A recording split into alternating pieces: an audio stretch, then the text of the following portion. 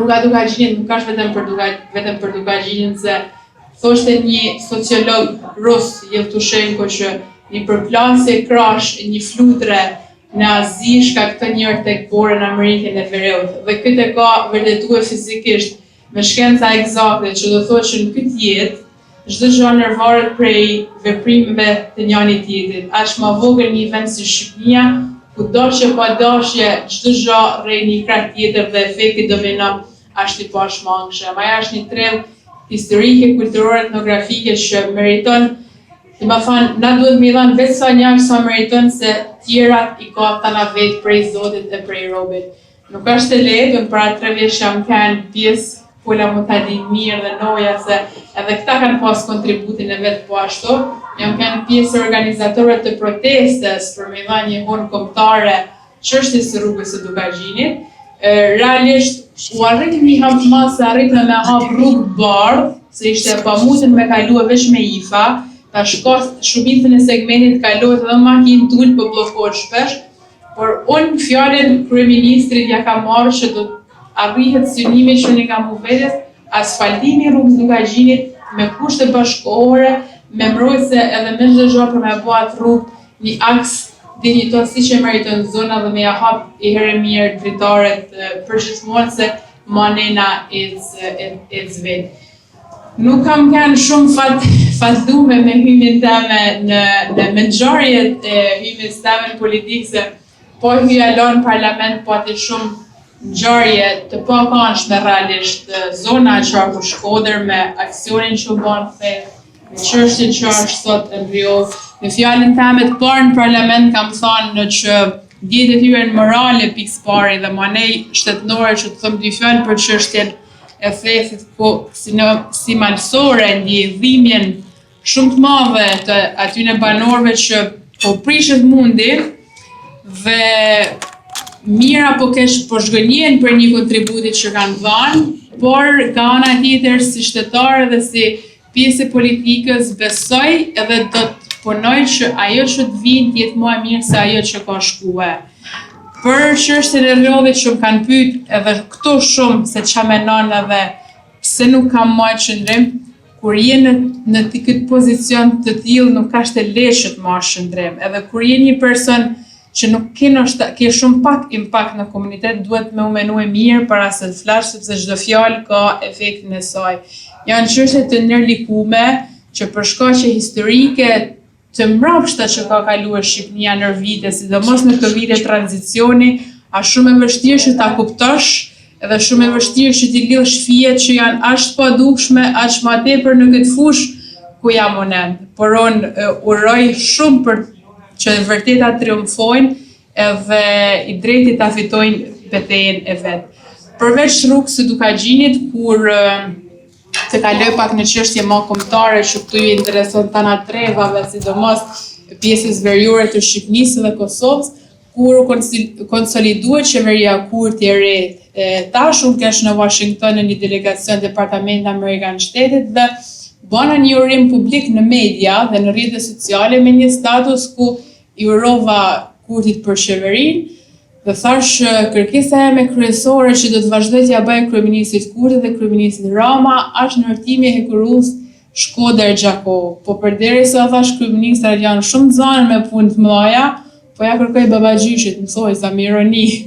Por mas 2 ditë Kurti doli në deklarat edhe sot, po ashtu që prioriteti kryesor i këtij mandati është ndërtimi i hekurulls Gjakov-Shkodër. Na kena lidhje historike që aq më tepër të moshmit i dinë shumë mirë që lidhja e Shkodrës me Gjakovën nuk ka vetëm lidhje shpirtërore, ka kanë lidhje tregtare, lidhje politike dhe është mëkat që na është mohu deri tash, është shumë vonë, por po gjem kur çdhem të shprehja më mirë vonë se kurrë. Dhe kjo është një punë shumë e mirë që edhe unë e kam shumë prioritet sepse na janë pikturua gabim një ata kufi me trevat e Tuzit, me Shqipëninë tonë, me Kosovën, por na nuk duhet mu do kurse si prej rrugëve dhe prej bashkëpunimit tonë njerëzor. Unë jam rrit në liçen të Komanit dhe sidomos ata që merren me turizëm dhe kanë arrit me fitue i farvedije natyre prej tujve që përfshi dhe vetin këtu nuk e kena pas, por na kanë cilë tujt më në fund si kulturë. Na kena një problem tjetër shumë të madh që është herin për keq, ja shef edhe kola në Valbon, edhe shumë në Theth, edhe në Lugindrinit, ndotja shumë e madhe që ka Ajlishen, që fatkeqësisht këtu lidhena me Kosovën, se janë shumë me turina si shkojnë e vinë, edhe është një problem i madh kombëtar që kena vetëdijsimi. Edhe kjo për mua është një çështje që unë kam shumë në vëmendje edhe do munohem munohem, sepse nuk më pëlqen me thënë fjalën përfunimtare, po kanë në letra i herë, atëherë me shpreh me fjalë, që ky problem të shërohet sa më shpejt që të jetë e mundun. Dhe pjesa e Shkodrës e kam kërkuar edhe uroj fort që si qark të lidhena më në fund është marrë realisht, nuk është realizuar një autostradë e dinjitoze që na lidh me Tiranën, sepse jena aq afër, jena kryet shenra verill dhe jena aq larg të njëjtën kohë, kur nuk meritojmë për me kenë aq të anashkaluar ka kjo anë. Dhe tjetra, besoj e tha dhe profesor Lajçi që ka studiuar në Shkodër, kush nuk ka studiuar në Shkodër në vite prej tana trevave të Shqipërisë, Shkodra nuk ka ala një kampus universitar. Dhe kjo duhet ditë se forca më e madhe e energjetisë kombëtare, energjetisë njerëzore është bashkë të kultura, të akademia dhe të shkollimi, e kërkoj fort dhe do i ri fort që Shkodrës të jepet një kampus universitar dinjitoz, sa është poli kryesor i dijes dhe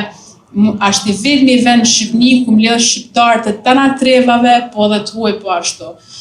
E ndjeva si detyrë me ju vu ndjeni për këto prioritetet të mia, po dhe për këto hapa që kam nërmarrë deri tash edhe si pjesë e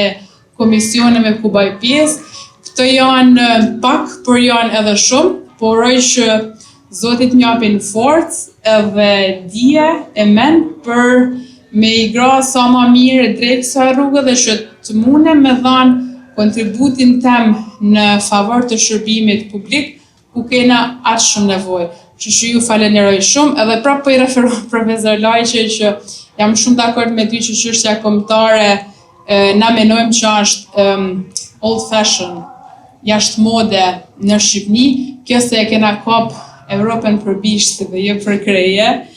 dhe shumë gjëra e kena keq kuptuar rrugës dhe marrë në emën zhvillimit, po jo se janë të zhvillimit. Mendoj se çështja kombëtare është ala shumë e volitshme dhe shumë e nevojshme, dhe duhet jena shumë të energjishëm për rëndësinë e saj, sepse njërshëm si Amerika një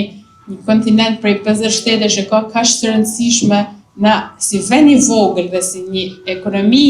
inferiore krahasu me ekonomitë e tjera dhe me kapacitet kufizum duhet ta kena shumë më të fortë. Po dyshim që objektiv kryesor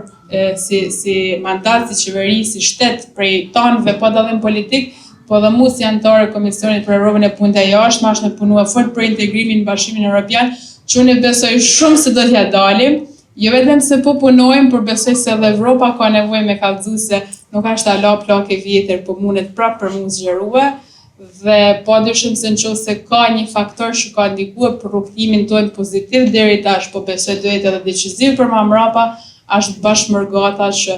i atribuohet çdo e mirë e zhvillimit tonë shqiptar. Faleminderit edhe një herë më falni se u zgjata. Lutje Zotit tonë. E pra të dashur teleshikuesë të televizionit të shqiptarëve të Amerikës, në këtë atmosferë sa miqësore aq dhe vëllazërore u mbyll ky takim me deputeten e Parlamentit të Shqipërisë, Mariana Koçeku, e cila ishte e pranishme këto ditë këtu në Michigan, pavarësisht dasive politike, pavarësisht dasive krajinore dhe dasive të tjera të trevave shqiptare, ishte një mbrëmje mjaft e ngrohtë, ku të gjithë shqiptarët vlerësuan kontributin e njëri tjetrit, natyrisht edhe iniciuan edhe dëshirën e diasporës shqiptare të Amerikës këtu në Michigan që të ketë një konsulat të shtetit shqiptar që të shërbesi stromullar edhe i bashkimit në mes shqiptarëve. Të gjithë të pranishmit vlerësuan nivelin kulturor dhe nivelin e politbërjes të kësaj deputeteje të re dhe urojnë asaj udhtim të sigurt në politikën shqiptare për të mirën të gjithë Shqipërisë, po dhe sidomos të tremnës së saj të Dukagjinit, e cila ka nevojë për më shumë zhvillim, e së pari për më shumë rrugë dhe komunikime, edhe në atë zonë të thellë malore ku ajo ka ndërtuar me forcat e veta biznesin e saj të parë në turizëm, si shembull që me iniciativë njerëzit mund të bëjnë gjithçka. Miru takofshim në emisionet tjera.